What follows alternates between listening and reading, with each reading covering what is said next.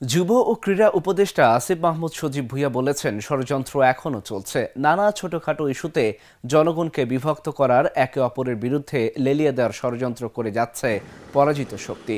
বৃহস্পতিবার দুপুরে কুষ্টিয়ার শহীদ আবরার ফাহাদ স্টেডিয়াম উদ্বোধন অনুষ্ঠানে তিনি কথা বলেন। আসিফ মাহমুদ আরও বলেন, নানা ধরনের উগ্রবাদীদের সুযোগ করে দেওয়া হচ্ছে দেশের পরিস্থিতি বিনষ্ট করার জন্য। তবে যে কোনো ধরনের প্রচেষ্টাকে অন্তর্বর্তীকালীন সরকার কঠোরভাবে দমন করবে। কুষ্টিয়ার জেলা প্রশাসক মোহাম্মদ তৌফিকুর রহমানের সভাপতিত্বে উদ্বোধনী অনুষ্ঠানে ছিলেন যুব ও ক্রীড়া মন্ত্রণালয়ের সচিব রেজাউর মাকসুদ জাহিদি, শহীদ আবরার ফাহাদের বাবা মোহাম্মদ বরকতুল্লাহ সহ অন্যান্যরা। 5ই আগস্টের পর থেকে পরাজিত ফ্যাসিবাদী শক্তি তাদের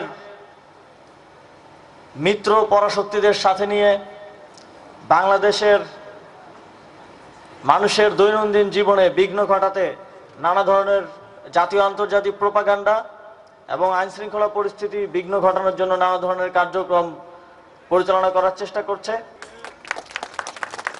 বন্ধুগণ, ষড়যন্ত্র এখনো চলমান। আপনারা দেখবেন নানা ছোটখাটো ইস্যুতে জনগণকে বিভক্ত করার, একে অপরের বিরুদ্ধে লেলিয়ে দেওয়ার ষড়যন্ত্র করে যাচ্ছে পরাজিত শক্তি। নানা ধরনের উগ্রবাদীদের সুযোগ করে দেওয়া হচ্ছে দেশের পরিস্থিতি, সার্বিক পরিস্থিতি বিনষ্ট করার জন্য। আমরা স্পষ্টভাবে বলতে চাই, এই ধরনের যে কোনো প্রচেষ্টাকে অন্তর্বর্তীকালীন সরকার কঠোর হস্তে দমন করবে।